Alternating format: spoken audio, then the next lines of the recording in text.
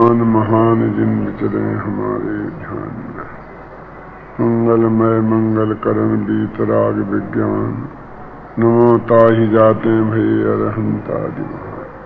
मोक्ष मार्ग प्रकाशक चौथा अध्याय।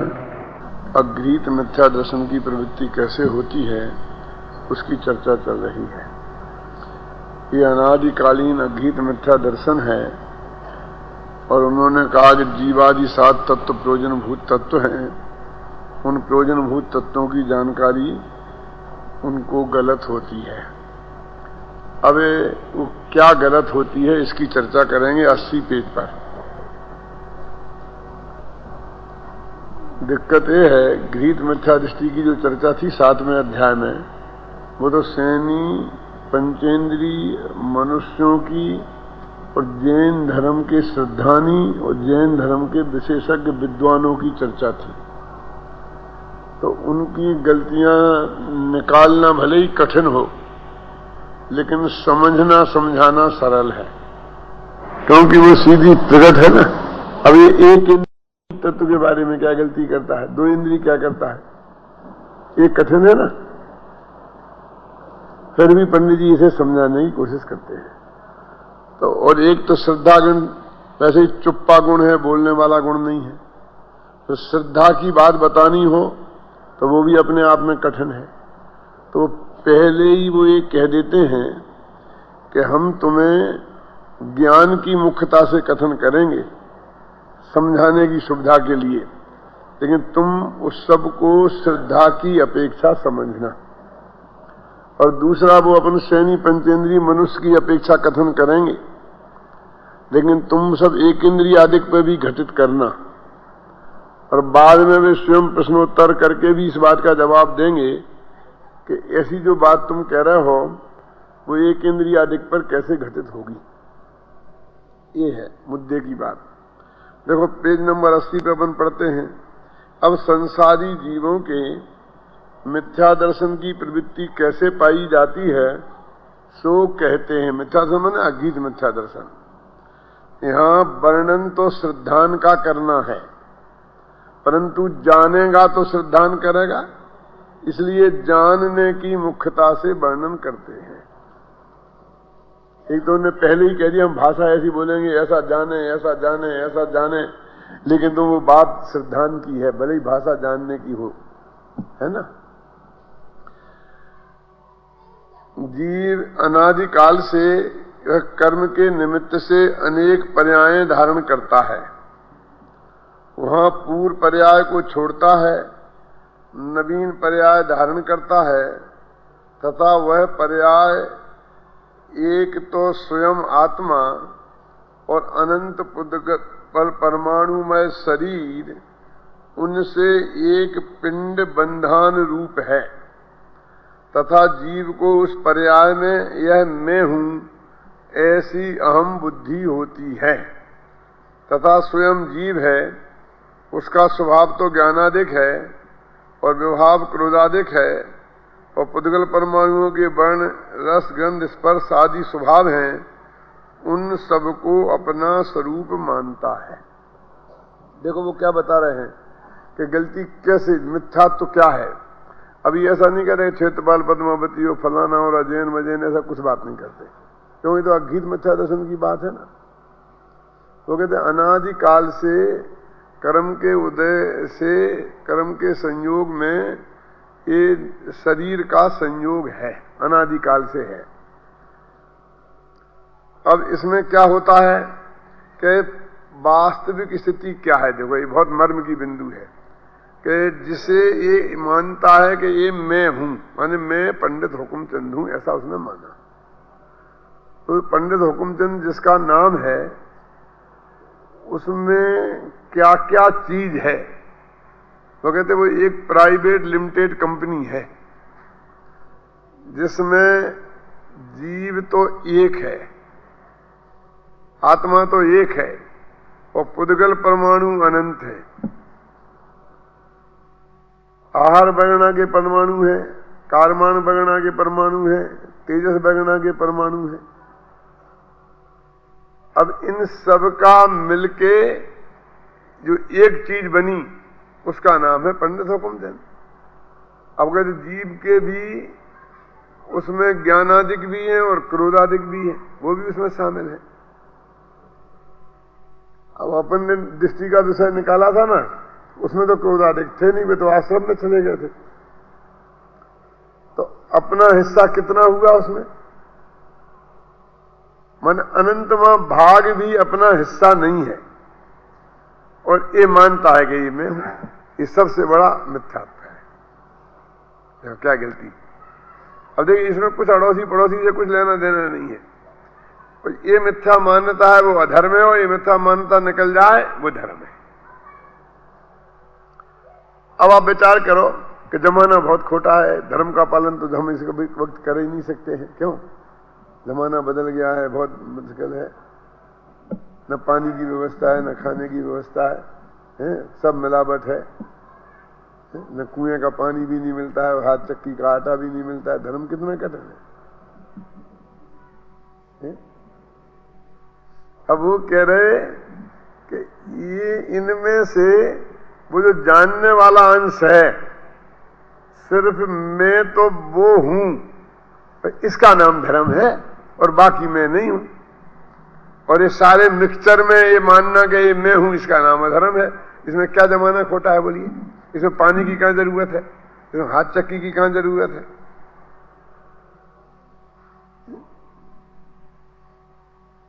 ख्याल में है ना?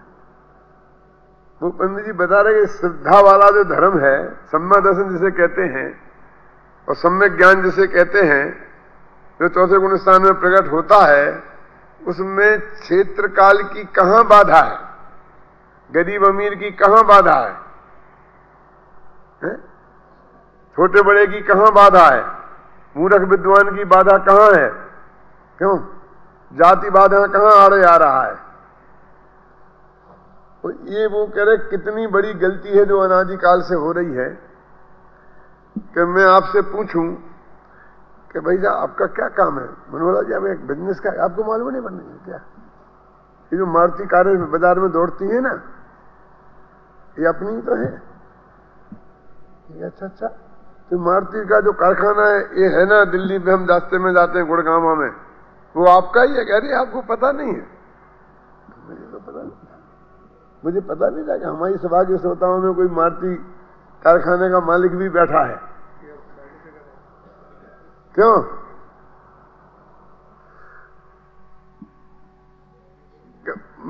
बोले आप बताइए कौन है उसका मालिक? यदि आपको मालूम था कि उसका मालिक मैं नहीं हूं तो कौन है उसका मालिक? बताइए आप।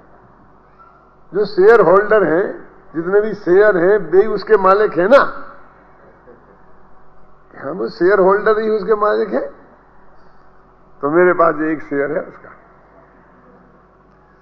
उसने 1 लाख शेयर निकाले हैं बाजार में, और 1 लाख शेयर में एक शेयर तुम्हारे पास हो और तुम उस कारखाने का मालिक अपने को बोलो, एक जैसी मिथ्या मान्यता है ना।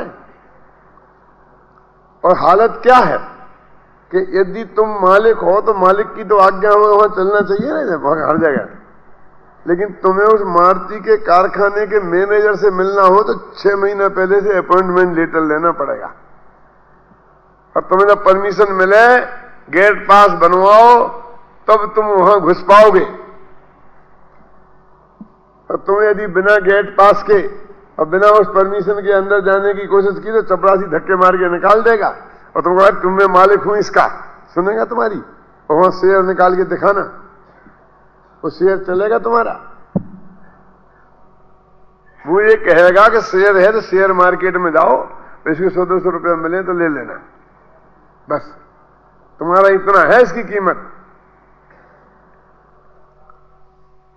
तो ऐसे ही ये जो चोला है जो आपको दिख रहा है, इसमें अनंत तो पुद्गल परमाणु है और एक आत्मा है। तो अनंत में एक तेरा शेयर है, और अनंत शेयर जिस कंपनी के हैं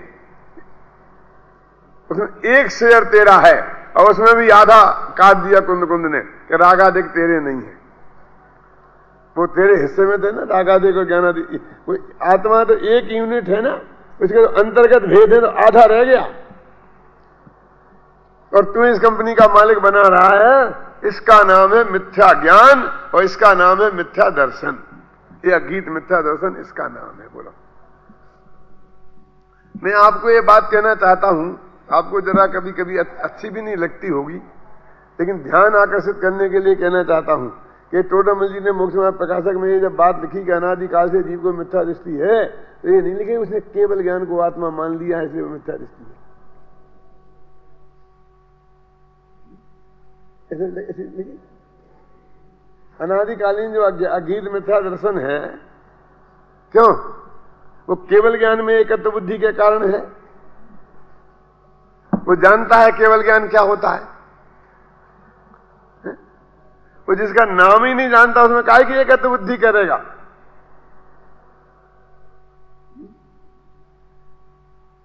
और हम तो जैनी हैं और ऐसा मानते हैं कि हम तो गुरुदेव के अनुयायी हैं और हम तो सब प्रकार के गीत मिथ्यात्व छोड़ चुके हैं। न हम क्षेत्रपाल पद्मावती वाले हैं और न हम कुछ भी हैं, क्यों? और फिर हम तो भी साथ में अध्याय वाले निश्चयवासी व्यवहाराभासी भी नहीं है, क्यों? अव्याभासी भी नहीं है। हम तो हमारे पास तो गीत में तो कुछ है ही नहीं, अगृहित ही है। और अनादिकालीन अगीत मिथ्यात्व क्या है? पंडित टोडामल जी क्या कह रहे हैं? बोलो, इस देह में एकत्व बुद्धि को बता रहे वो, और उसी को कुंदकुंदाचार्य ने लिखा जो मैंने कल प्रवचन सारे में बताया था, असमान जाति पर्याय के लिए चर्चा की उनने।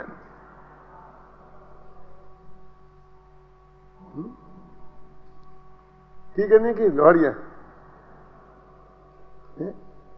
टोडामल जी ने दी कि आपने मोक्ष मार्ग प्रकाशक को तो गुरुदेव को पूरी तरह मानना था क्या नहीं मानना था?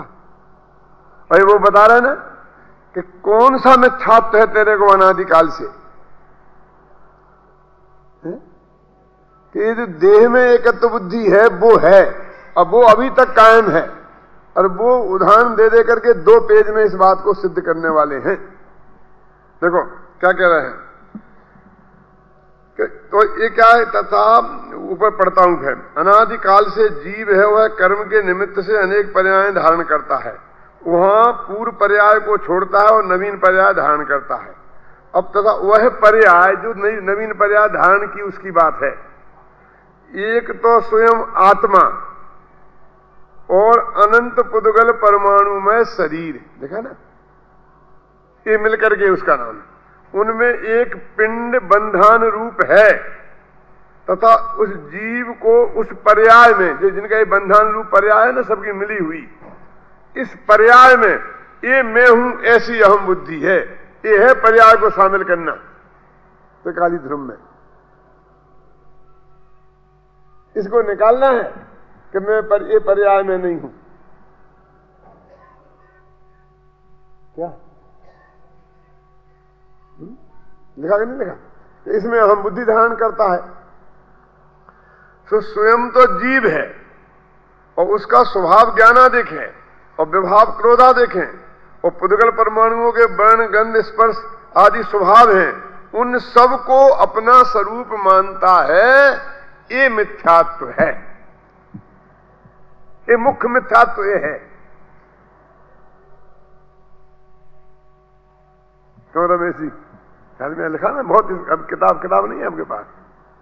देखो अब देखिए, अभी ऊपर क्या था? ये मैं हूं, तो यह मैं हूं इसका नाम है अहम बुद्धि वाला मिथ्यात्व। अहम बुद्धि विकल्प है जिसका ऐसा मिथ्यात्व। अब दूसरे, ये मेरे हैं, इस प्रकार उनमें ममत्व बुद्धि होती है। तो एकत्व बुद्धि और ममत्व बुद्धि, वही जो समय सार के जीवाधिकार में जिसका निषेध किया है, इस समय सार के आधार की बात है। ये कोई मोक्ष मार्ग प्रकाशक है, पंडित का लिखा है, साधारण ऐसा नहीं समझना। यदि ऐसा कोई मुमुक्षु कहता है तो वही अर्थ हो गया कि जो हमारे विरोधी, गुरुदेव के विरोधी हैं, वो भी यही कहते हैं कि ये हिंदी का है तो पंडित का है, हम नहीं मानते हैं, और हम भी यही कहने लग गए। फिर ऐसा अर्थ हो गया ना? क्यों?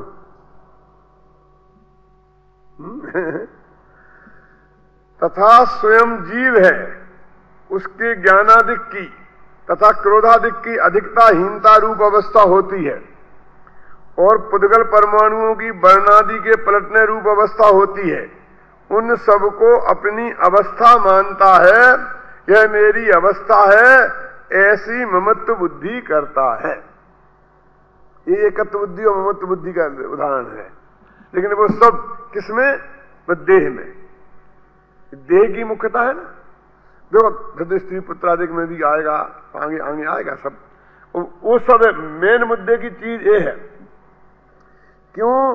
क्योंकि इसे एक इंद्री से लेके पंचेंद्री तक घटित करना है, और समझाने के लिए एक इंद्री में तो जरा, क्योंकि वो ऐसा विकल्प, उसकी परिणति देखी नहीं जाती ना, तो अंदर अंदर अव्यक्त परिणति होती है उसकी, इसलिए वो उसका उदाहरण नहीं देते हैं, बाद में सिद्ध करेंगे।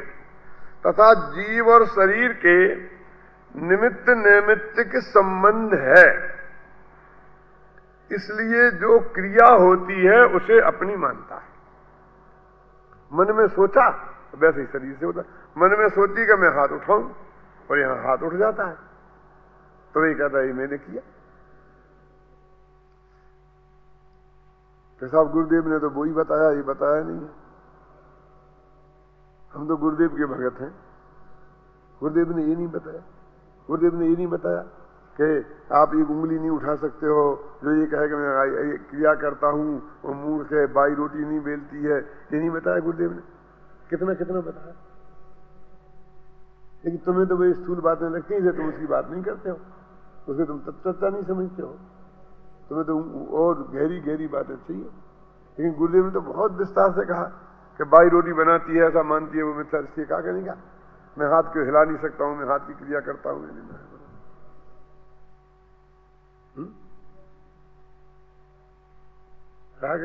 देखो अपना दर्शन ज्ञान स्वभाव है, और उसकी प्रवृत्ति को निमित्त मात्र शरीर के अंग रूप स्पर्शनादि द्रव्य इंद्रियां हैं।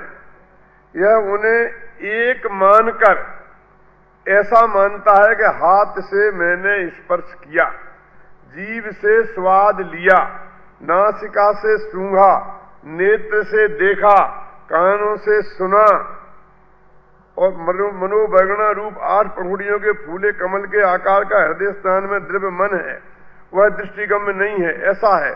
तो शरीर का अंग है, उसके निमित्त होने पर स्मरणादि रूप ज्ञान की प्रवृत्ति होती है। यह द्रव्य मन को और ज्ञान को एक मानकर ऐसा मानता है कि मैंने मन से जाना। बोलो ये है मिथ्यात्व, मैंने देखा, मैंने अपनी आंख से देखा, ऐसा आकर के कहते कि नहीं कहते? इसमें किसी को मिथ्यात्व लगता है कि मैंने अपने कान से सुना? पंडित जी कहते हैं ये इसका मिथ्यात्व है। कान तो जड़ है, जड़ तो कुछ सुनता नहीं है, जानने वाला तो आत्मा है। तो ये कहते हैं हमने मिलके, ये पूरे मिलके उसको एक इकाई मानता है ना।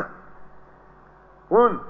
ये शरीर के सारे अंग, द्रव्येंद्रियां, भावेंद्रियां, ज्ञान का संयोपम, राग, इन सबको मिला के एक इकाई मानता है।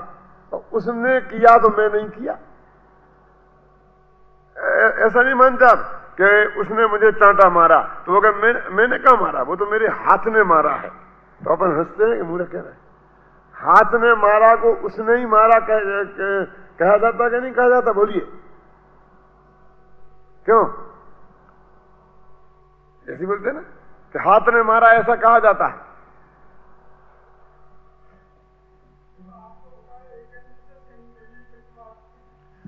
वो श्रेणी पंचेंद्री पे घटित करके आपको पहले समझा रहे हैं, फिर प्रश्न करेंगे। देखो जो कल अपन ने पढ़ के बताया था, यहाँ है प्रश्न, देखो ना 81 के नीचे, इंद्रियादिक तो यहाँ न कहे, पति से तो कुछ गम्य नहीं है, यह तो अचेत हुआ, पर्याय में हम बुद्धि धारण करता है, उसका कारण क्या है? उसका जवाब इसमें देंगे। वो समझाने के लिए क्या करें? एक इंद्री का समझाएं कैसे? क्योंकि वो एक इंद्री वाला यद्यपि स्पर्शन इंद्री के माध्यम से ज्ञान का उपयोग करता है, लेकिन वो ऐसी भाषा तो नहीं बोलता है कि मैंने स्पर्शन इंद्री से जाना, मैंने हाथ से जाना। अभी तो इसलिए कैसे बात बताएं आपको? एक बात यह है कि समझाने वाले मनुष्य हैं, समझने वाले मनुष्य हैं, इसलिए उदाहरण उसका ही दिया जाएगा कि जो उनके जीवन में आया हो तो जल्दी समझ। व्यापारी सामने बैठे तो व्यापारी का उदाहरण देते तो समझ में 1 मिनट में आ जाती है। हम व्यापारी का उदाहरण दें तो वो कहेंगे वाह, वो भंगी जो लेटरिन बाथरूम साफ करने वाला वो कहां करता है ऐसा, वो कहां दुकानदारी करता है, वो कहां झूठ बोलता है। अब वो लेटरिन साफ करने में क्या झूठ बोलता है तो भाई ये उनकी सभा होती सफाई कर्मचारियों की तो उन्हें उनका उदाहरण देते। अब ये सफाई कर्मचारियों की सभा नहीं है, व्यापारियों की सभा है तो व्यापारियों का उदाहरण देते। ये मनुष्यों की सभा है इसलिए पंडित जी मनुष्यों का उदाहरण देके समझा रहे। लेकिन मैं ये कह रहा हूं कि इसको अनादिकालीन अगीध मिथ्यात्व को समझा रहे है ना। देखो वो ये नहीं जानता कि ये शरीर है, फिर भी ये शरीर उसके ज्ञान का ज्ञेय बनता है और उसमें उसकी एकत्व बुद्धि होती है। ख्याल में है ना, इसका नाम नहीं जानने पर भी ख्याल में है ना। केवल ज्ञान को नहीं जानता उसमें एकत्व बुद्धि नहीं होती है। ये तो हमने जब खूब गुमरसार कर्मकांड समयसार पढ़ा करके मति ज्ञान शुद्ध ज्ञान अवधि ज्ञान महपदा ज्ञान ज्ञान इतने प्रकार का होता है, ये तो नया सीखा है और फिर उसमें एकत्व बुद्धि की है तो वो तो हमारा एक तरह से गीत में चाहता है क्योंकि पहले वो अपन सीखे नहीं दरकार। देखिए मैं बताऊं आपको, पशुओं में मामा फूफा कहां है? अगले मां बेटे तक का रिश्ता है, बाप का भी नहीं है। माने बाप का भी व्यवहार नहीं है। गाय आदि पशु में कहां दिखने में आता है बाप का व्यवहार? बंदरों में दिखता है। जंगल में जो बंदर है वो जोड़े से रहते हैं, उनकी संतान होती है और उसको मां मुख्य रूप से पालती है और बाप का भी सहयोग रहता है। ख्याल में है ना। लेकिन और मैंने पशुओं में देखते हैं ना, देखिए मान लो वहां बाप जोड़े से रहता होगा लेकिन मामा तो नहीं आता ना, फिर नाना मामा ऐसे आते हैं क्या? बोलो। पशुओं में वो निभाते हैं कि माँ और बेटे का संबंध भी 6 महीने जब दूध पीता तब तक रहता है और कुछ दिनों तक रहता होगा, लेकिन बाकी रिश्तेदारियां तो है ही नहीं।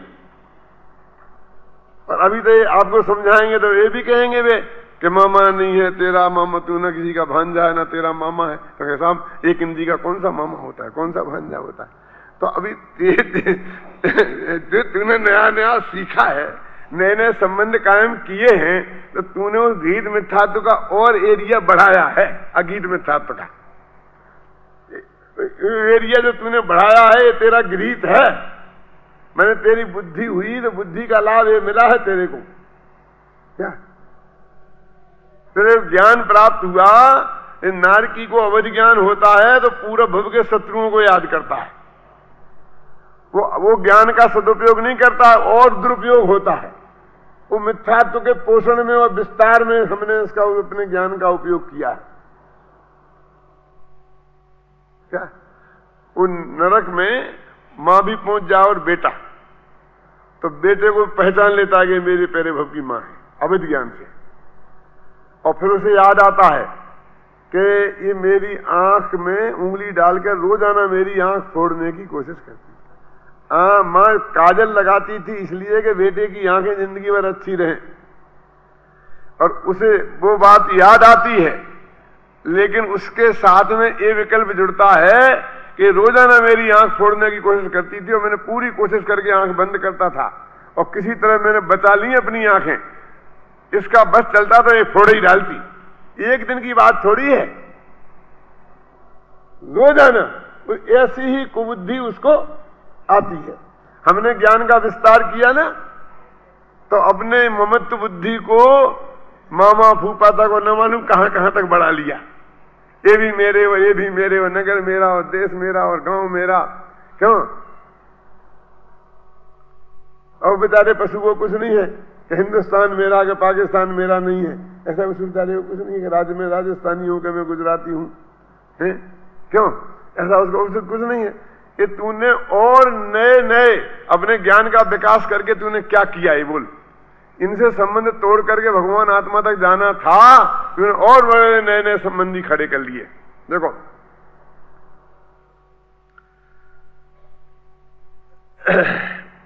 तथा अपने को बोलने की इच्छा होती है और अपने प्रदेशों को जिस प्रकार बोलना बने उस प्रकार हिलाता है, तब एक क्षेत्रावकाश संबंध के कारण शरीर के अंग भी हिलते हैं। उनके निमित्त से भाषा, वर्णा, रूप, पुद्गल, वचन रूप परिणमित होते हैं। यह सबको एक मानकर ऐसा मानता है कि मैं बोलता हूं, जबकि ये भाषा वर्णा तो बिल्कुल अलग चीज है। तो इसका मतलब भाषा वर्णा में भी एकत्व बुद्धि हो गई। क्यों? कालमान वर्णा में हो गई, आहार वर्णा में हो गई, भाषा वर्णा में हो गई, मनोवर्णा में हो गई। और बोलो ये मिथ्या तो नहीं है मनोवल्लाह जी? आप बोलते हैं कि नहीं बोलते? क्या बात करते हो आप? मुझे गूंगा समझते हो क्या? मैं बहुत बढ़िया बोलता। क्यों? लता मंगेशकर जैसे तो गले का वो बीमा कराती है करोड़ों का, कराते कि नहीं कराती? मेरी भाषा बस मेरी, हमारी तो संपत्ति यही है। यदि हमारा गला खराब हो गया तो सब साफ। क्यों? हमारे गले में, मीठे स्वर में एकत्व बुद्धि होती कि नहीं होती? भाषण की कला में, सब बात में एकत्व बुद्धि होती कि नहीं होती? और मैं पूछता हूं कि टोडरमल जी ने इतने मिथ्यात्व की चर्चा की और हमारे विद्वान पंडित इसमें एक ही चर्चा नहीं करता है इसकी, इसमें मिथ्यात्व की। उन सबको केवल ज्ञान में मिथ्यात्व दिखता है। वो सब केवल ज्ञान के मिथ्यात्व की चर्चा करते हैं, छोटे से बड़े लेके सब। इसलिए तो मैंने मोक्षमार्ग प्रकाशक लिया है यहाँ। बोले सब बड़े तो और सब तो बड़ी बड़ी लेते और आप छोटी छोटी बातें क्यों ले रहे? अब क्या करूं? ये छोटे लोग छोटी ले लेते, मैं बड़ी बातें ले लेता। अब छोटे लोगों को बड़ी बातें लेना है तो मैं छोटी ले लेता हूं। क्या करें? मैंने ये परंपरा शुरू की कि जब वो पहले चलती थी ना, 6वीं 11वीं फलानी गाथा, तो मैंने वे गाथाएं लेना शुरू की जिनको कोई कभी नहीं लेता था। क्या? जिन्हें कोई लोग हेय की दृष्टि से देखते थे, उन गाथाओं को लेना शुरू किया। उन प्रकरणों को उठाया कि जिनको प्रकरणों को कोई अछूत समझते थे।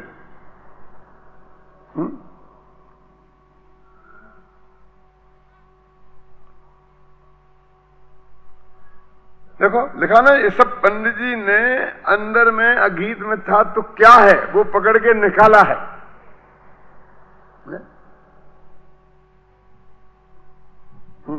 देखो, तथा अपने को गमनादि क्रिया की, जब वस्तु ग्रहणादि की इच्छा होती है तब अपने प्रदेशों में जैसे कार्य बने वैसे हिलाता है। वहां एक क्षेत्रावकाश के कारण शरीर के अंग हिलते हैं, तब वह कार्य बनता है। अथवा अपनी इच्छा के बिना शरीर हिलता है और अपने प्रदेश भी हिलते हैं।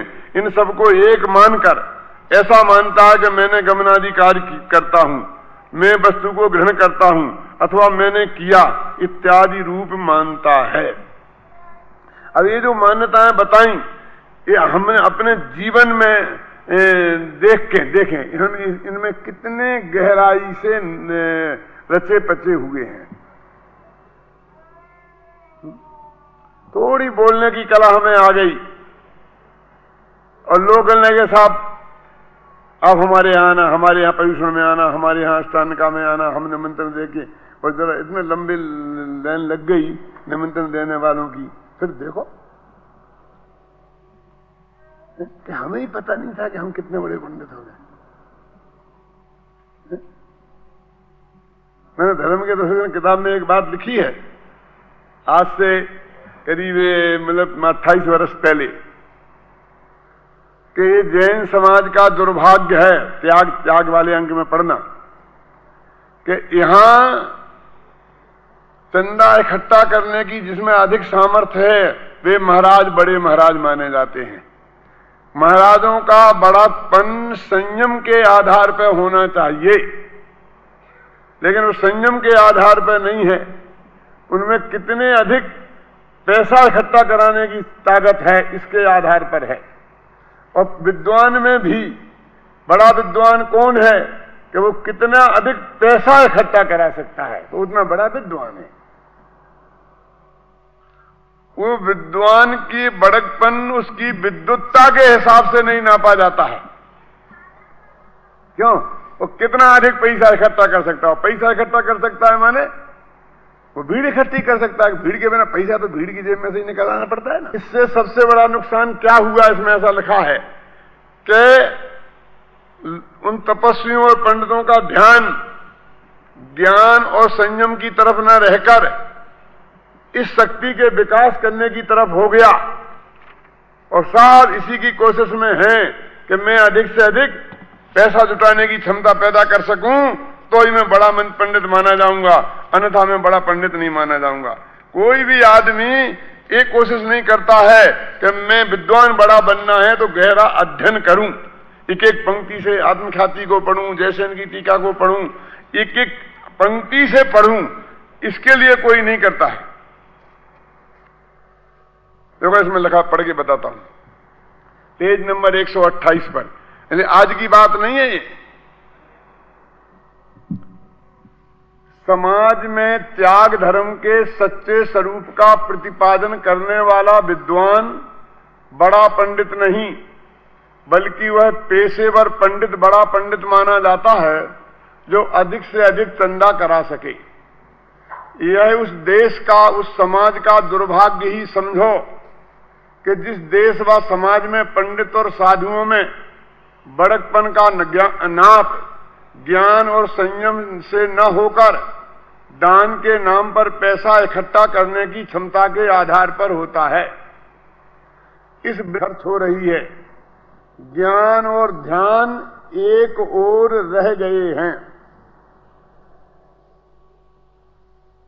ये विचार तो मेरे इतने पुराने हैं, कोई आज के नहीं है, लिखे हैं। 1 लाख छप करके 6 भाषाओं में सब जगह पहुंच गई और सब परिसर में पढ़ते हैं, है ना? है क्या नहीं? क्या होना ये पंडित जी ने इसमें लिखा है सब कि हमने अपना बड़कपन, शरीर की सुंदरता, शरीर के स्वास्थ्य, बाहर संयोगों के आधार पर उनके वजह से थोड़ा परिग्रह इकट्ठा हो गया हो, उसके आधार पर माने। और पंडित जी ने अभी बताया आपको, प्रकाश चंद जी साहब हितेशी जी ने, कि परिग्रह सबसे बड़ा पाप है। बताया ना, पंडित जी कह रहे थे ना कि उन्होंने घोषणा की बहुवारंभ परिग्रह से नारकस्य आयुषा, उमा स्वामी ने। और धर्म के रस्म पूजन में नहीं लिखा है, धर्म बड़ो संसार में ऐसा लिखा कि बड़ा धर्म कौन है कि उत्तम आकिंचन। क्योंकि परिग्रह के त्याग वाला जो आकिंचन धर्म है वो सबसे बड़ा धर्म है।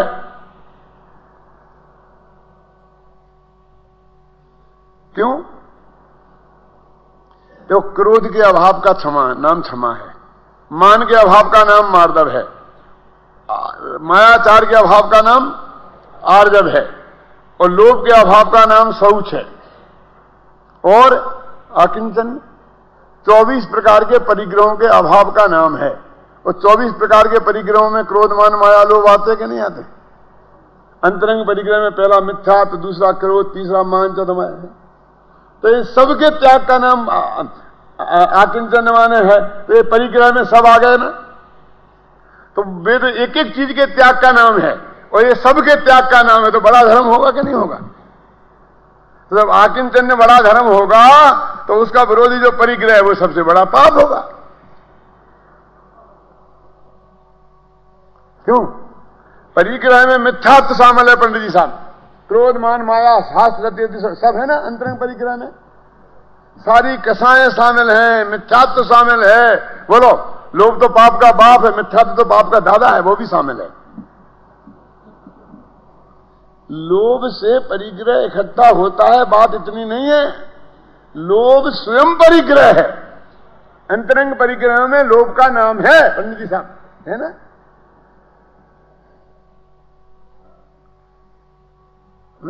वो लोभ के कारण बाहर परिग्रह इकट्ठा होगा, वो तो बाद की बात है, वो तो बाह्य परिग्रह है। वो तो नहीं भी हो तो परिग्रह का त्याग नहीं हो जाता है। गाय भैंस के पास बेचारों कहां परिग्रह है? क्यों? वो बाह्य परिग्रह का इनाम परिग्रह होता तो गाय भैंस वगैरह परिग्रह से रहित हो जाती ना। परिग्रह से रहत तो नहीं है गाय भैंस वगैरह, नार की परिग्रह से रहत हो जाते उनके पास तो कुछ ही नहीं है। लेकिन क्रोध मान माया लोभ जो परिग्रह है और मिथ्यात्व ये डटके हैं ना, इसलिए वो सबसे बड़ा पाप है भाई साहब।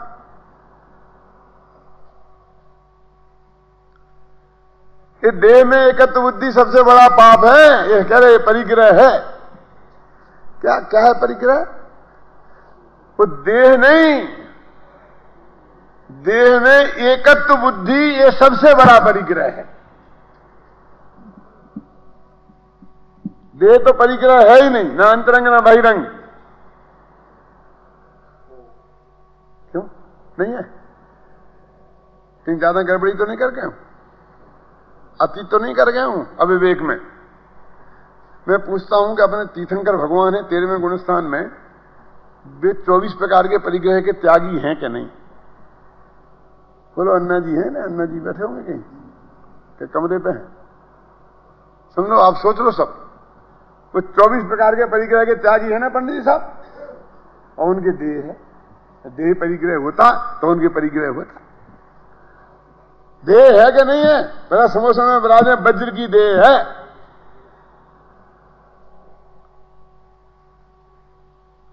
लेकिन देह का परिग्रह नहीं है। क्या क्या नहीं है? मैंने देह में एकत्व बुद्धि नहीं है, देह में राग नहीं है, तो देह का परिग्रह नहीं। तो देह का परिग्रह क्या होता है? देह के देह का होने से परिग्रह थोड़ी है। वो बहिरंग परिग्रह में देह का नाम भी नहीं है भाग्य से। क्षेत्र वस्तु धन धान्य अदासी दास, स्त्री की देह तो है, दासी की देह तो है, लेकिन तेरी देह का नाम नहीं है परिग्रह। है ना? देह से एकत्व क्यों? क्यों? वो हमारा राग छूटने से स्त्री पुत्रादि दासियां छूट जाती हैं, लेकिन ये देह तो हमारा राग छूटने पे छूटती नहीं है। वीतरागी हो गए भगवान पूरे, उनसे एकत्व भी छूट गया, ममत्व भी छूट गया और राग भी टूट गया, और तो भी देह बनी रहती है। उसका तो अघातिया से संबंध है। आयु कर्म का जब तक है तब तक देह बनी रहेगी।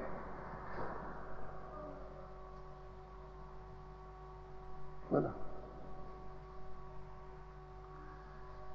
ये जो देह मैं हूं, इसका नाम मिथ्यात्व है। ये पंडित जी साहब यहां समझा रहे हैं। अब हमें इसको छोटी बारीक बात नहीं समझते, इसको हम स्थूल बात करके छोड़ देते हैं। भाई स्थूल है तो छूट गई होगी ना आपकी देह में एकत्व बुद्धि, और छूट जाती तो वह सम्मर्शन नहीं होता। बस क्यों नहीं हुआ सम्मर्शन? क्यों? कहीं ऐसा ना हो कि छोटी छोटी गलतियां निकालने में बड़ी गलती रह गई, बड़ी गलती रह गई और छोटी छोटी गलतियां निकाल दी। मैंने सूंघा, मैंने देखा, मैंने लिखा, क्यों? इनमें नहीं है ना, मैं इसका लेखक, मैं इसका कर्ता, मैं इसका प्रकाशक।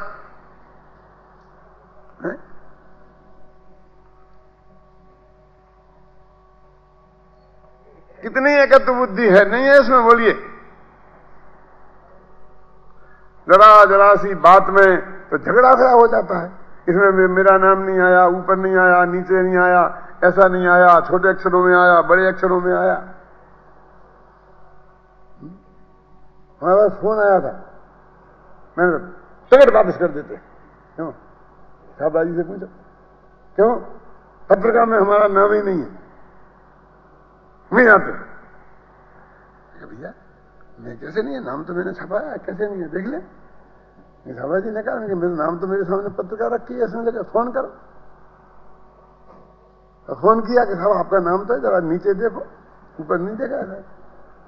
अच्छा तो ठीक है, नहीं कराते हैं कैसे। मुझे तो बाप तो बेटा है। इसकी तो बात नहीं है। क्या ये क्या नाम है तेरा? कि मेरा नाम साहब फूलचंद है, और आपने उसमें लिखा नहीं है। दुनिया में कितने फूलचंद हैं? इधर लिखा जाएगा फूलचंद तो क्या तो हो जाएगा, इतिहास में अमर हो जाएगा।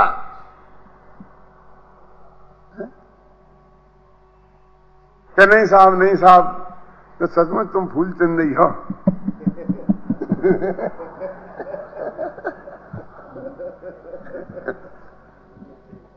कह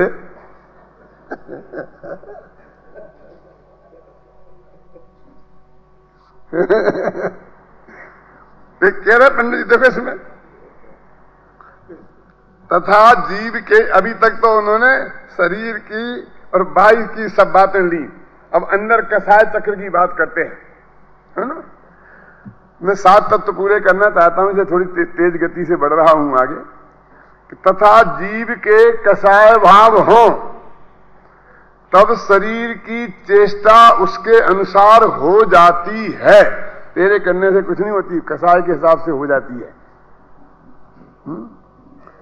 जैसे क्रोधाधिक होने पर लाल नेत्रादि हो जाते हैं, आंखें लाल हो जाती हैं, गुस्सा आता है तो तूने की आंखें लाल, तो गुस्सा आता है, सही निमित्त संबंध है, हो जाती हैं। हास्यादि होने पर मुखादि प्रफुल्लित हो जाते हैं, पुरुष वेदादि होने पर लिंग काठिन्यादि हो जाते हैं। यह सब एक मानकर ऐसा मानता है कि यह कार्य सब मैं करता हूं, तथा शरीर में शीत उष्ण क्षुधा तृषा रोग इत्यादि अवस्थाएं होती हैं, उनके निमित्त से मोह भाव द्वारा स्वयं सुख दुख मानता है। इन सबको एक जानकर और शीतादिक तथा सुख दुख को अपने किए हुए मानता है, ये इसका मिथ्यात्व है। बोलो, मैंने गुस्सा किया, राग किया, ये मिथ्यात्व है। सब समय साल में जो लिखा है कि अज्ञानी राग का करता है, उसने ये माना ना, तो उसमें क्या गलती की? अज्ञानी है राग का करता, अब वो अज्ञानी है इसलिए वो मानता है। अरे वो राग, अज्ञानी राग का करता है, ये समय सार में लिखा है, वो इसीलिए तो अज्ञानी है क्योंकि वो राग का करता बनता है। वो राग का करता है इसीलिए तो अज्ञानी है। और हम जो तेरे को कह रहे हैं कि तू, तेरा अज्ञान है तो ये छोड़, तो तुम ज्ञानी होगा। क्यों? तो ज्ञानी के राग होगा कि नहीं होगा? राग तो होगा, लेकिन राग में एकत्व बुद्धि ममत्व बुद्धि नहीं होती, स्वामित्व बुद्धि नहीं होगी, कर्तृत्व बुद्धि नहीं होगी, और अनंतानुबंधी का राग भी नहीं होगा। अनंतानुबंधी के राग के साथ ही यही होता है। अप्रत्यक्षानुबंधी संबंधी राग होगा तो उसमें एकत्व ममत्व करता नहीं होगा, इसलिए तो कहते हैं ज्ञानी राग का करता नहीं है। ज्ञानी राग का करता नहीं है, ये जो कहा इसलिए तो कहा है। तथा शरीर के परमाणुओं का मिलना बिछुड़ना आदि होने से और उनकी अवस्था पलटने से और शरीर स्कंद के खंड खंड आदि होने से स्थूल कृशादिक, बाल वृद्धादिक अथवा अंगहीनादिक होते हैं, तो उनके अनुसार अपने प्रदेशों का संकोच विस्तार होता है। यह सबको एक मानकर मैं स्थूल हूं, मैं कृश हूं, मैं बालक हूं, मैं वृद्ध हूं, मेरे इन अंगों का भंग हुआ है इत्यादि रूप मानता है। तथा शरीर की अपेक्षा गति कुलादिक होते हैं, उन्हें अपना मानकर मैं मनुष्य हूं, मैं त्रिंच हूं, मैं क्षत्रिय हूं, मैं वैश्य हूं इत्यादि रूप मानता है। तथा शरीर का संयोग होने और छूटने से जन्म मरण होता है, उसे अपना जन्म मरण मानकर मैं उत्पन्न हुआ, मैं मरूंगा ऐसा मानता है। अब आप देखो, ये जो है ना कि मैं मनुष्य हूं, मैं त्रिंच हूं, मैं क्षत्रिय हूं, मैं वैश्य हूं। अब आप देखो कि अपने अपने में कितनी जातिवाद की कितनी चर्चा होती है। मैं तो बहुत बहुत बोलता हूं, जब भी मेरे सामने कोई इस तरह की बातें करते हैं ना, अरे साहब अग्रवाल ऐसे ही होते हैं, ये खंडेलवाल ऐसे ही होते हैं, ये परिवार ऐसे ही होते हैं, ये ऐसे ही होते हैं, ये दूसरे में क्या है, ये गुला पूरा में क्यों, ये गुला ला रहे हैं, ये परिवार हैं, क्यों राजकुमार कितना चलता है।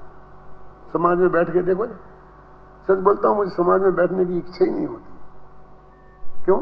तो यही बातें करते, कुछ बातें नहीं, ये है, गुजराती है, ये हिंदी है, ये क्या है समझ में नहीं आता है।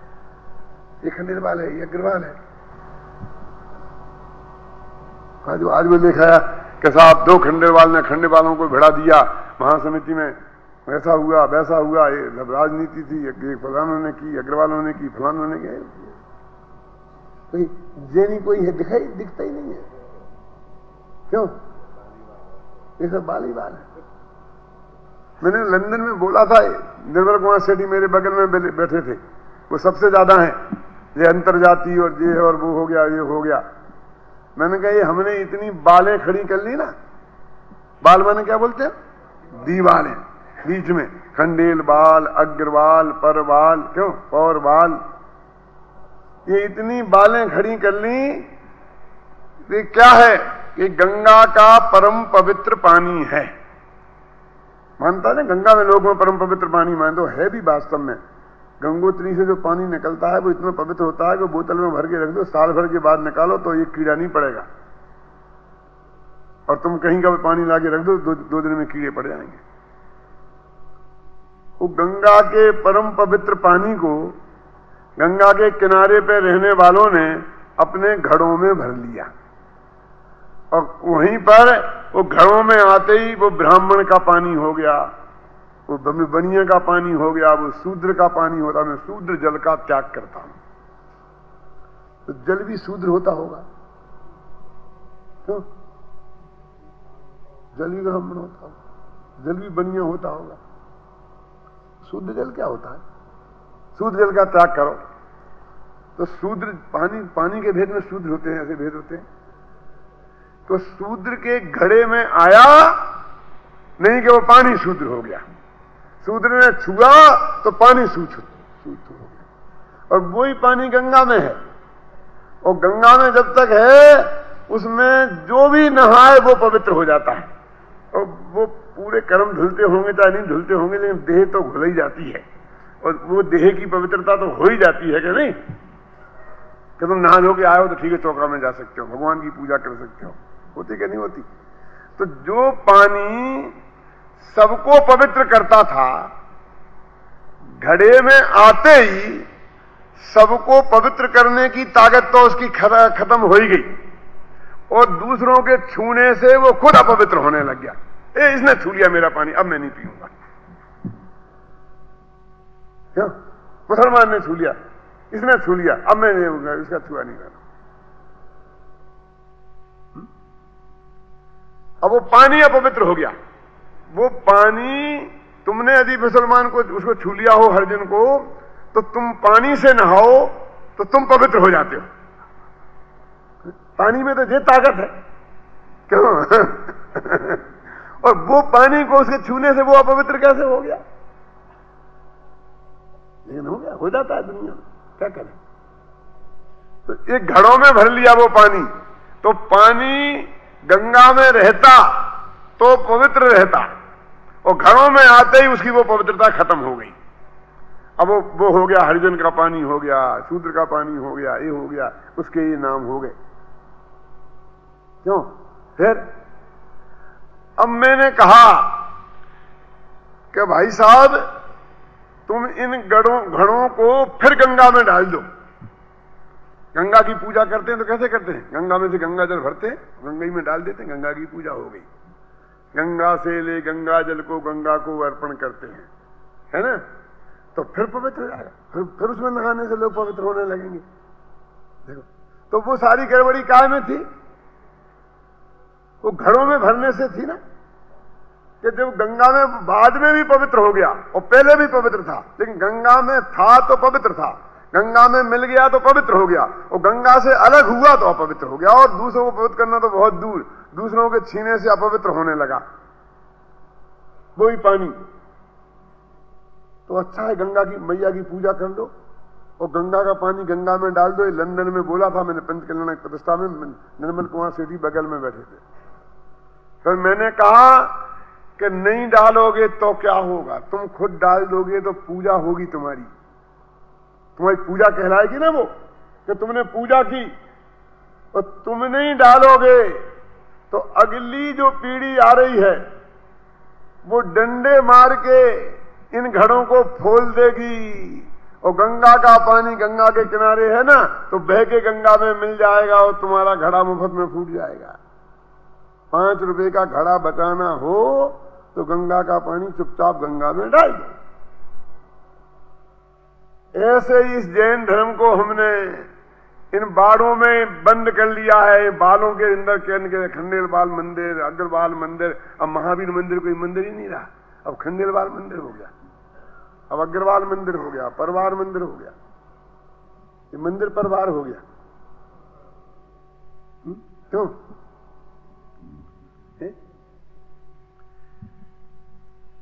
ये चुपचाप ये सब भी बालें तोड़कर और जिनवानी गंगा में इसको समर्पित कर दो, नहीं तो अगली पीढ़ी आने वाली है, उसे पता ही नहीं होगा कि मैं खंडेलवाल हूं कि अग्रवाल हूं। उसे इतनी घृणा हो गई है इन बालों से कि वो बात ही नहीं करेगी इस बात की, तो पूजा नहीं होगी। ये तो टूटने ही वाली हैं बालें, ये बालें रुकने वाली अब नहीं है। जमाना बहुत तेजी से बदल रहा है। अब इन बालों को करके ना संभव नहीं है कि हम इन बालों को कायम रख सकें। अब तो हम जैन हैं, बस एक ही हो जिनवानी गंगा, भगवान महावीर के हम उपासक हैं, इतना ही पर्याप्त है। इससे ज्यादा हमको यहां उलझने की जरूरत नहीं है। और बुद्ध देखो कह रहे मिथ्या तो काय को बता रहे, इसमें ये लिखा मैं खंडेलवाल हूं, लिखा ना जाति हूं, क्षत्रिय हूं, वैश्य हूं, तो ये सब मानना मिथ्यात्व है भाई साहब। मैं जो निषेध कर रहा हूं कोई जातिवाद का नहीं, ये मिथ्यात्व का निषेध कर रहा हूं। लिखा कि नहीं लिखा मैं वैश्य हूं, मैं क्षत्रिय हूं, इसका लिखा ये मिथ्यात्व के वर्णन में लिखा कि नहीं लिखा लोहारिया जी? तो बस शरीर की अपेक्षा अन्य वस्तुओं से नाता मानता है। जिनके द्वारा शरीर की उत्पत्ति हुई उन्हें अपने माता पिता मानता है, जो शरीर को रमण कराए उसे रमणी मानता है, जो शरीर से उत्पन्न हुआ उसे अपना पुत्र मानता है, जो शरीर को उपकारी हो उसे मित्र मानता है, जो शरीर का बुरा करे उसे शत्रु मानता है। सारे नाते शरीर के हिसाब से हैं, है क्या नहीं? शत्रु मित्रों की गिनती सब शरीर के हिसाब से है। पंडित जी लिखते हैं अधिक क्या कहें, जिस प्रकार से अपने को और शरीर को एक ही मानता है। देखो ये सारे उदाहरण शरीर, ये निष्कर्ष का वाक्य है कि शरीर और आत्मा में एकत्व बुद्धि, इसको अघीत मिथ्यात्व कहा। और आगे बस खत्म, तो आसव तत्व की भूल आ जानी है। मैंने फिर और तुम्हारा केवल ज्ञान तो लिया ही नहीं, उससे एकत्व बुद्धि की बात तो ली ही नहीं तोरेमल जी ने।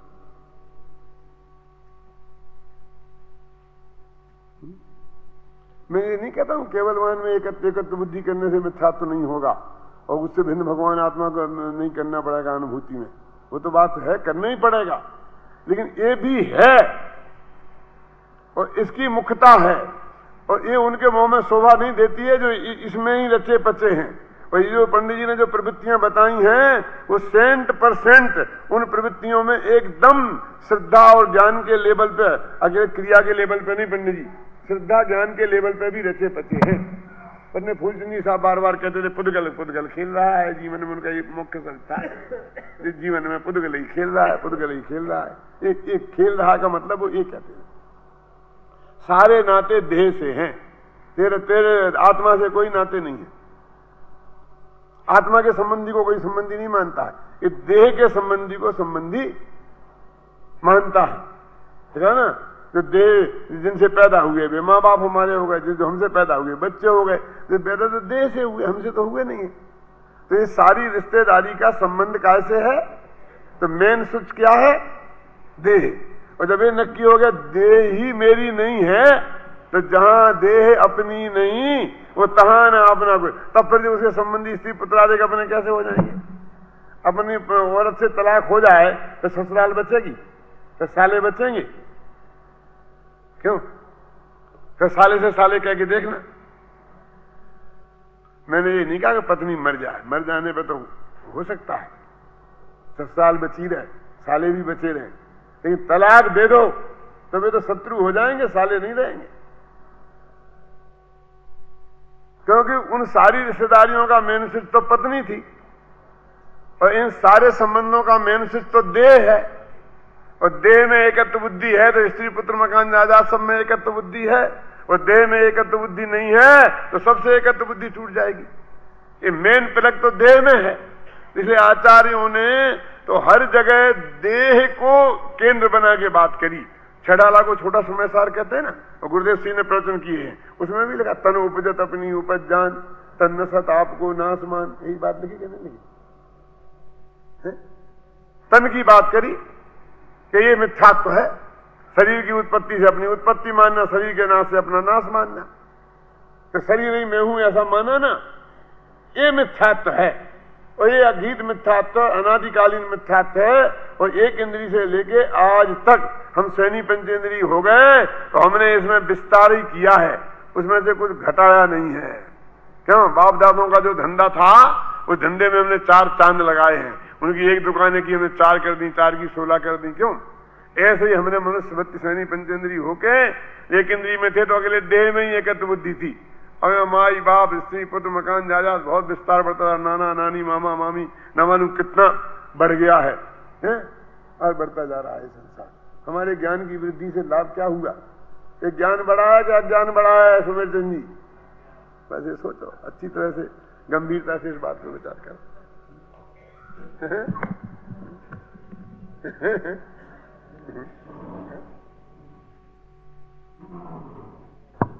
हेलो, जिनवाणी स्तुति खड़े हैं।